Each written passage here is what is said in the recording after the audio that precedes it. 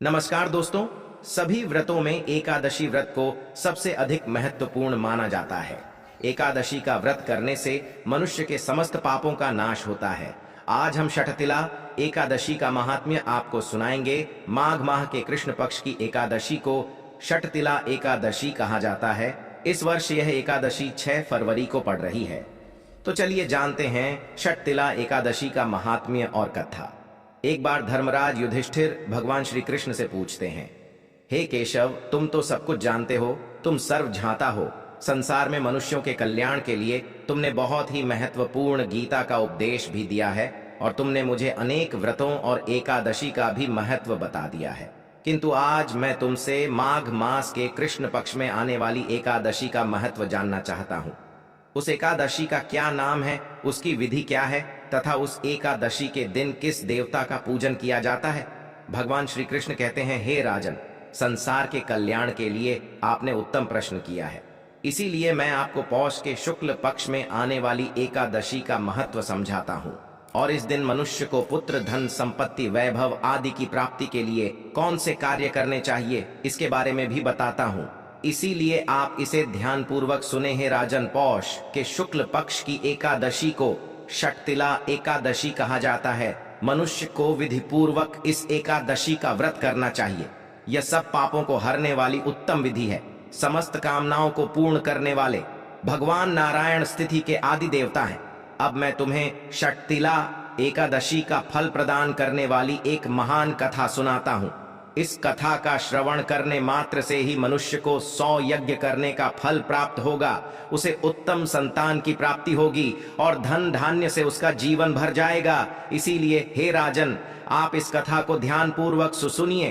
फिर महाराज युधिष्ठिर कहते हैं, हे केशव, मैं अत्यंत भाग्यशाली हूँ जो तुम्हारे मुख से मुझे यह कथा सुनने को मिल रही है। मैं जन्म जन्मों तक तुम्हारा आरणी ही रहूंगा। फिर भगवान श्री कृष्ण कहते हैं, हे राजन, पूर्व काल की बात है। एक अत्यंत शोभायमान नगरी थी जिसका नाम था भद्रावती।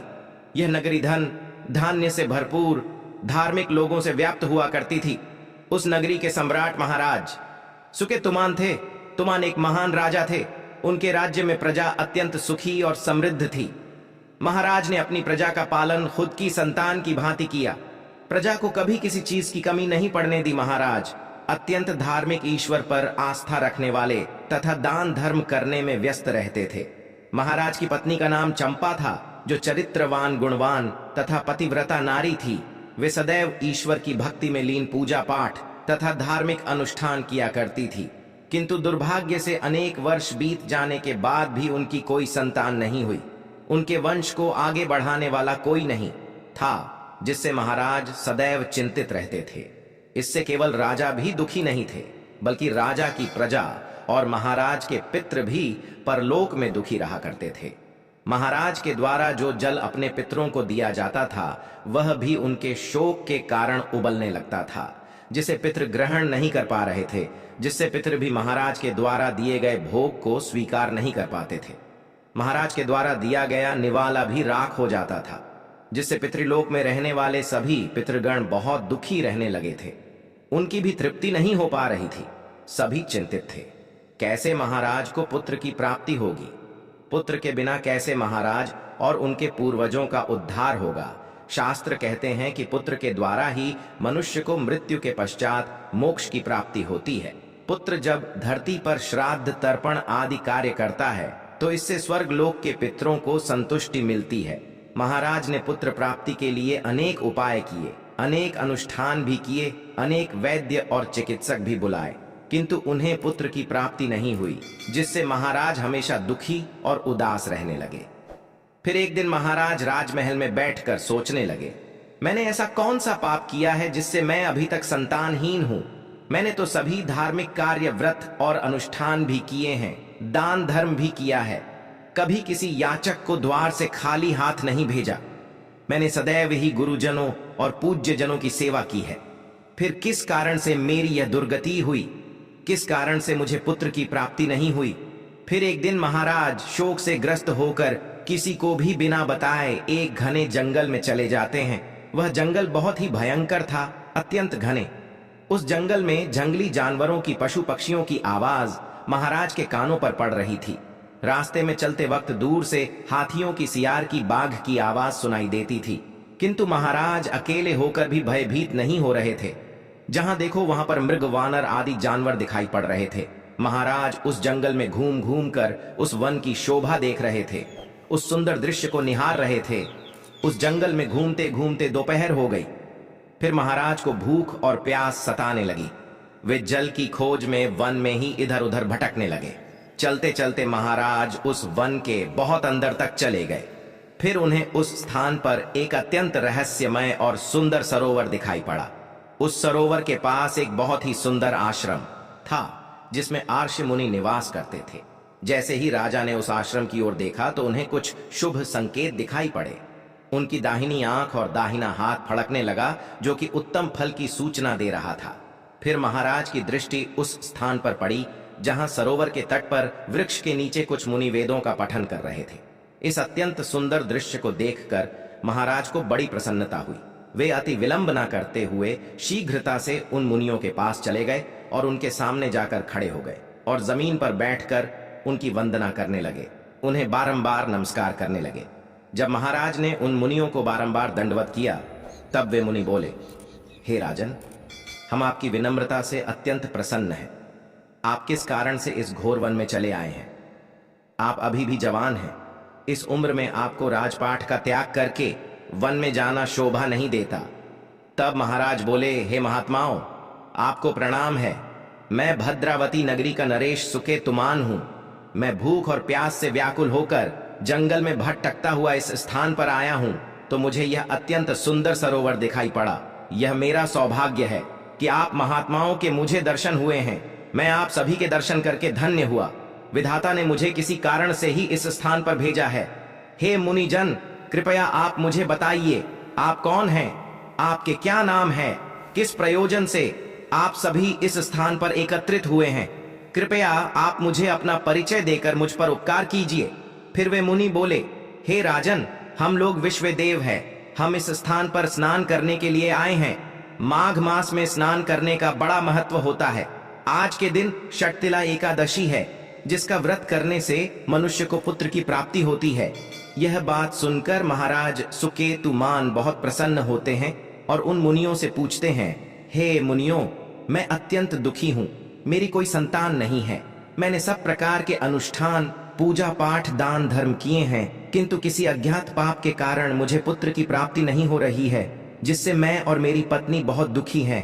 कृपया आप अपनी दिव्य दृष्टि से बताइए कि मेरे द्वारा कौन सा पाप हुआ है और उस पाप से मुक्ति के लिए मुझे क्या उपाय करना चाहिए, तथा इस षटतिला एकादशी का व्रत किस प्रकार से करना चाहिए। कृपया मुझे ज्ञान देकर अनुग्रहित करें। राजा के द्वारा इस प्रकार से कहने पर मुनि अपनी दिव्य दृष्टि से देखने लगते हैं और महाराज को उनके पूर्व जन्म का वृतांत सुनाने लगते हैं। हे राजन, आपको यह श्राप आपके पूर्व जन्म के दोष के कारण लगा है। पूर्व जन्म में आप एक दूसरों का धन चूसने वाले वैश्य थे। आप धोखे से दूसरों का धन हड़प लेते थे। एक दिन आप गांव के बाहर गायों के लिए बनाई गई बावली पर पानी पीने को रुके थे। तब उस स्थान पर एक गाय अपने बछड़े के साथ आ गई।